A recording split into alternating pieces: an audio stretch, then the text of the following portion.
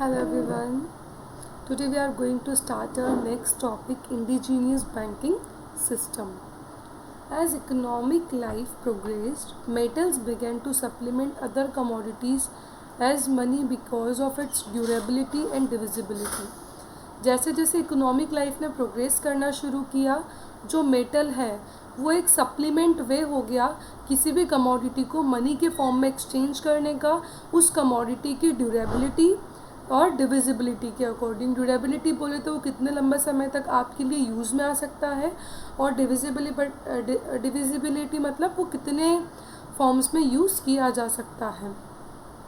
As many served as a medium of exchange, the introduction of metallic money and its use accelerated economic activity. जो money है वो medium of exchange की तरह work करती है, तो जो मेटेलिक मनी है उस टाइम पे इंट्रोड्यूस की गई थी और इसी ने हमारी इकोनॉमिक एक्टिविटीज़ को फर्दर आगे बढ़ने में हेल्प किया। डॉक्यूमेंट्स सच एज हुंडी एंड चिट्ठी were in use for carrying out transaction in which money passed from hand to hand. कुछ डॉक्यूमेंट्स के थ्रू भी हम लोग मनी को पास कर सकते थे, जैसे कि हुंडी और चिट्ठी हो गया, जिसकी हेल्प से हम लोग ट्रांजैक्शन कर लेते थे और money hand to hand pass हो जाया करती थी। Hundi as an instrument of exchange which was prominent in the subcontinent. Hundi जो है ये मनी को एक्सचेंज करने का एक इंस्ट्रूमेंट था जो कि हमारे लिए बहुत सही तरीका था। It was involve a contract which warrant the payment of money, the promise or order which is unconditional.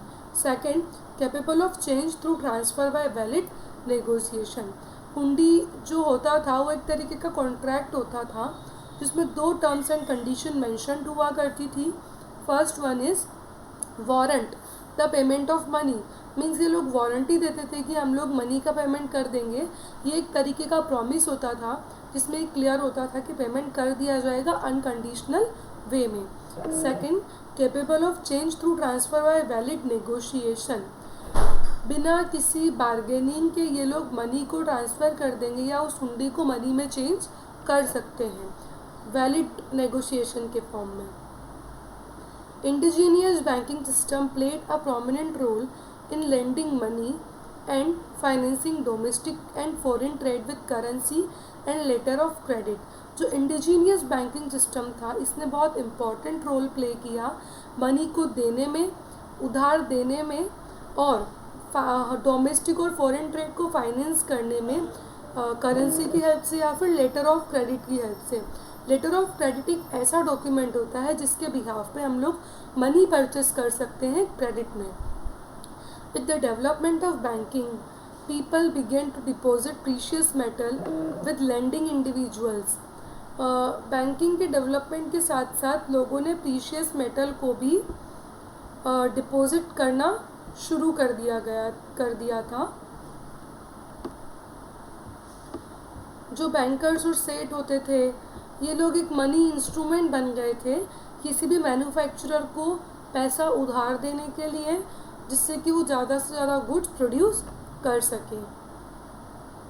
Agricultural and the domestication of animals were important component of the economic life of ancient people. खेती करना और domestic animals को पालना ये important component हुआ करता था पुराने लोगों की इकोनॉमिक लाइफ का। वो लोग अपना दैनिक जीवन की कमाई ही इसी सोर्स के थ्रू करते थे। Due to favourable climatic conditions they were able to raise 2 और something 3 crops in a year. पहले जो क्लाइमेट होता था वो भी फेवरेबल हुआ करता था और उसी की हेल्प से ये लोग कम से कम साल भर में 3 फसल पैदा कर लेते थे। In addition to this, by resorting to weaving cotton, dyeing fabric, making clay pots, utensils and handicrafts, sculpting, cottage industries, masonry, manufacturing transports, that is cart, boats and ship, etc. They were able to generate surpluses and saving for further investment.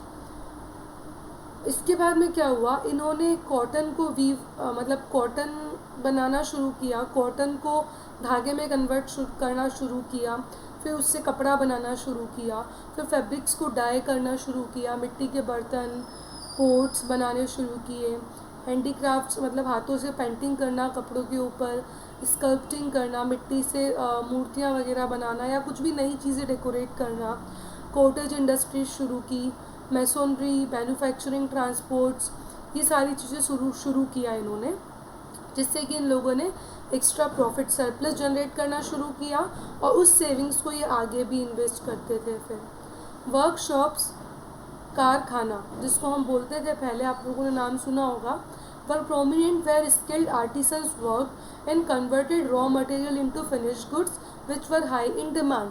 पहले कारखाने चलते थे जहाँ पे बहुत सारे skilled labour हुआ करती थी जो कि कच्चे माल को पक्के माल में मतलब फिनिश्ड गुड्स में कन्वर्ट करते थे, जिसकी डिमांड मार्केट में बहुत ज़्यादा होती थी।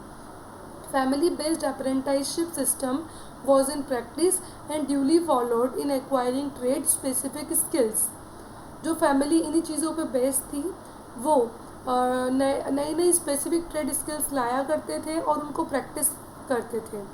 The artisans, craftsman and skilled labours of different kinds learned and developed skill and knowledge which were passed on from one generation to another. जो आर्टिसंस हुआ करते थे, क्राफ्टमैन हुआ करते थे, स्किल्ड लेबर हुआ करते थे, इन सब लोगों के अंदर अलग अलग तरह की कलाएँ थी और वो उन्हीं को डेवलप करते थे और उसी का नॉलेज इनके पास में होता था जो कि जनरेशन टू जनरेशन पास करते थे। जिसके दादाजी अगर पेंटिंग का काम करते तो उनके बेटे भी वही करेंगे, अब उसके पापा भी अगर वही कर रहे हैं तो वो खुद भी वही करेंगे, तो जनरेशन टू जनरेशन ये पास हुआ करता था। ओके, तो ये था indigenous banking system. We will learn next topic in next video. आप लोग ये टेबल भी पढ़ सकते हो किस तरीके से हुंडी इंडियन मर्चेंट कम्युनिटीज़ में यूज़ की जाती थी, या फिर हम लोग इसको नेक्स्ट वीडियो में पढ़ते हैं। Okay, thank you so much.